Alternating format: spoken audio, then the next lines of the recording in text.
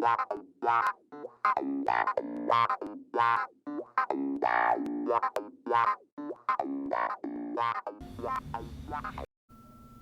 welcome back to Audiophile. I'm Erin Schultz, and of course, this is Rick Schultz. Now that everyone is housed up inside, we thought we'd come and talk to you about some tweaks. How about top 5 tweaks? Yeah, it's an opportunity to get a chance to listen to your system and watch some TV, and this is a great opportunity for us to go over some old messages, but things maybe that you haven't caught before. So we're going to cover the top 5, as you said. The first one we're going to talk about is going to be contact enhancer and cleaning your contacts. So in an audio system, as electricity starts to go through the connectors start to erode a little bit, and they build up some oxidization. And oxidized metals, except for silver, for example, don't conduct electricity very well. So a really great idea in order to be able to make your system sound a little better is to use something like Craig Deoxit. The Craig Deoxit Gold version that happens to be about the best. It's got a contact enhancer as well. However, it's not as effective as the audiophile types of contact enhancers.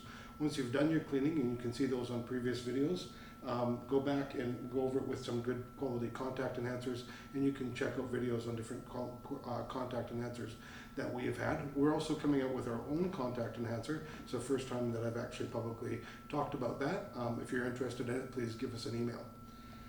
Okay, so clean it first, then contact enhancer. Clean it first, yeah. Always makes sense to get that oxidization off before you put your new contact enhancer on. Now, if you're a little on the lazy side, you can just put the contact enhancer on, and that will do wonders on its own. But if you have the opportunity and the time on your hands, Which you do, because we know you're cleaning everything at the moment. right, you might want to clean your contacts as well. You're going to notice that just by cleaning the contacts, it'll actually make a really big difference in the sound of the system. After it's sat for a year or two and electricity goes through, that process of electroplating that they use actually is similar to what's happening with your contacts. So electricity is going through the contacts, and as it happens, it starts to erode the contacts and cause oxidization, which in most cases, like the gold-plated contacts on most connectors, causes oxidization, causes a deterioration in the ability for electrons to be able to transfer. Okay, so number 2, audio points and tightening your drivers. That's actually 2 things, but Yeah, well, how are they connected? it's probably been almost 20 years ago that I came across audio points, and there has been so many different types of cups and cones and footers come out since then. But I have found that these products are just outstanding, and I've got a lot of our customers that are looking for recommendations that have tried other types of products to go over to the AudioPoint technology. Now, it's just a little brass cone, and you'd wonder why in the world would that make a difference. But from the first time I tried them, they were simply amazing. And we use that technology throughout a lot of our different types of products, especially our speakers, for example. They're based on that technology of being able to take the vibration and transfer it out of the unit. So one of the problems that we have in audio is not external airborne vibrations as much as the internal vibrations, so things like transformers starting to hum and buzz and things like that.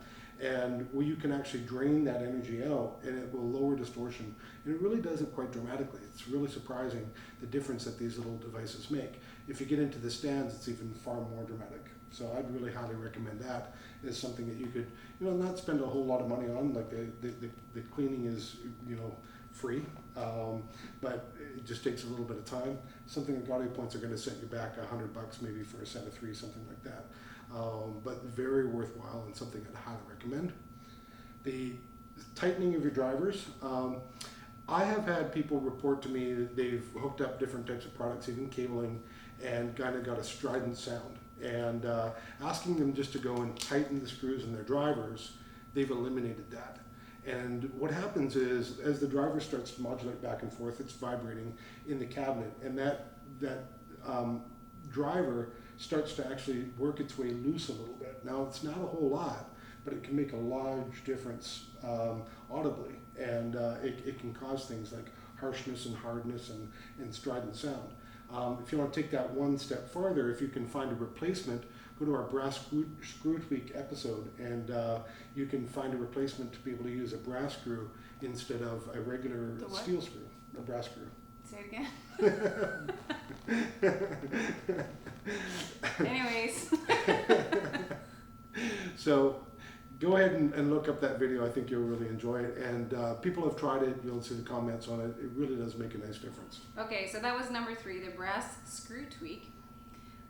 Number 4, hard drives. Yeah, so much nowadays people are going to media servers and using things like, I've got a Mac Mini that's driving my system for my media files. And I noticed that there was a big difference going from a regular hard drive into an SSD. There are different types of SSD hard drives available, and I noticed when I switched over to SSD, it made a huge difference in the clarity of my sound and overall reproduction. So that's another thing I want to recommend to you, is pick up SSDs and use those instead of traditional hard drives. Okay. Again, I think you've done a video on this before in previous years. CD treatments. CD treatments, yeah, we've done a lot of videos on CD treatments. We thought maybe now you'd have a little time on your hands, you might want to try that. You know, I've went back and forth with this for years. I don't treat all of my CDs, but anything that I really want to sound its best, I use a CD treatment on.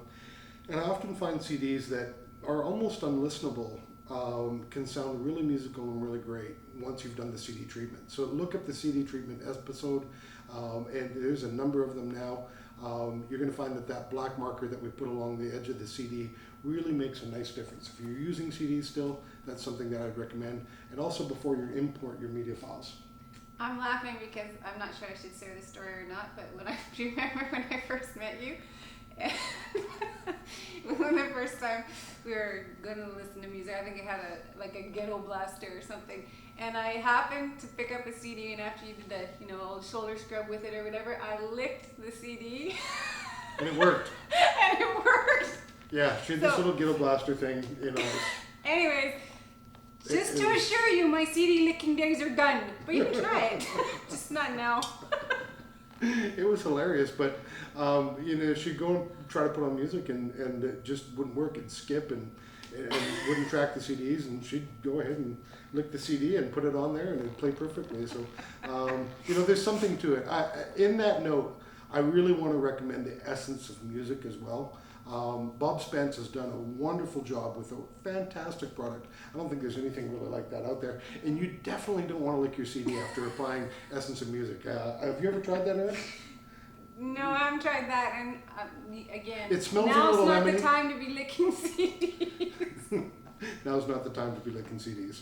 Anyway, let's move on before I totally embarrass myself or whatever. It's too late. Mm-hmm. So, cable cooking.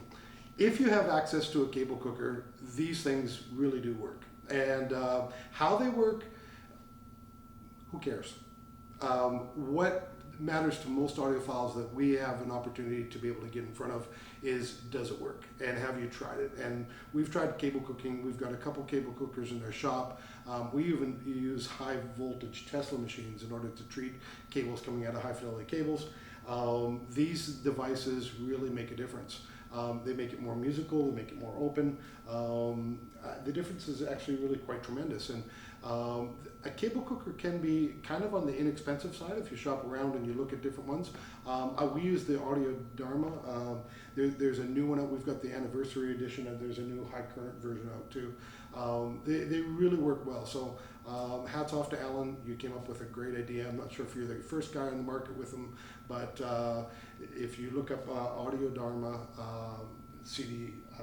cable cookers, those are the ones that I would recommend to you. And I think that there are places like the cable company maybe even rents them. So that might be an idea for you as well. Can you request it if you have purchased a cable? You can request cable cooking on your cable if you've purchased a cable at High Fidelity Cables. However, many of them do come cable cooked. Depending kind of on the model, we'll actually include it in. Okay. Okay, so that was number 5. We cheated a little bit because some of those are double. Here's the bonus tweak. Bonus tweak is an MC5. This is the time that we're going to talk about one of our own products. It is a little magnetic device that you hold in the palm of your hand. It is just a device that sticks into... Not the whole time. Yeah, not the lip one. You want to put it in the wall and leave it in the wall. That's a good point, Aaron. Holding it in your hand probably is not going to accomplish anything but give you something to... That's along the lines of licking the CD. Yeah, it is. I would suggest that you try one of these little devices because they can be absolutely mesmerizing. They're $299 at retail. You can find them sometimes on Audio Gun at a little bit of a discount. We have some B-stock stuff at times, which is discounted a bit. But man, they really do make a difference, and a big difference. The MC5 is a product that I would put on the top of the list if it wasn't my own product. But for spending a little bit of money to be able to get a lot of improvement, the MC5 is really, truly quite an amazing product. It's affordable and easy to do. You literally just plug it in. I could have even done it. So, plug it in. It's funny, when we go do shows and things, many of you probably heard me say this. It's a lot like a Baskin-Robbins taster spoon. They give you the little spoon and you can get a taste. Well, that's one way to see what magnetism will do to your system. And it's very easy into any open outlet. Well, that's it for right now. Thank you very much for your time. We always enjoy being on here, and thank you for visiting us. Bye. Bye. Bye-bye.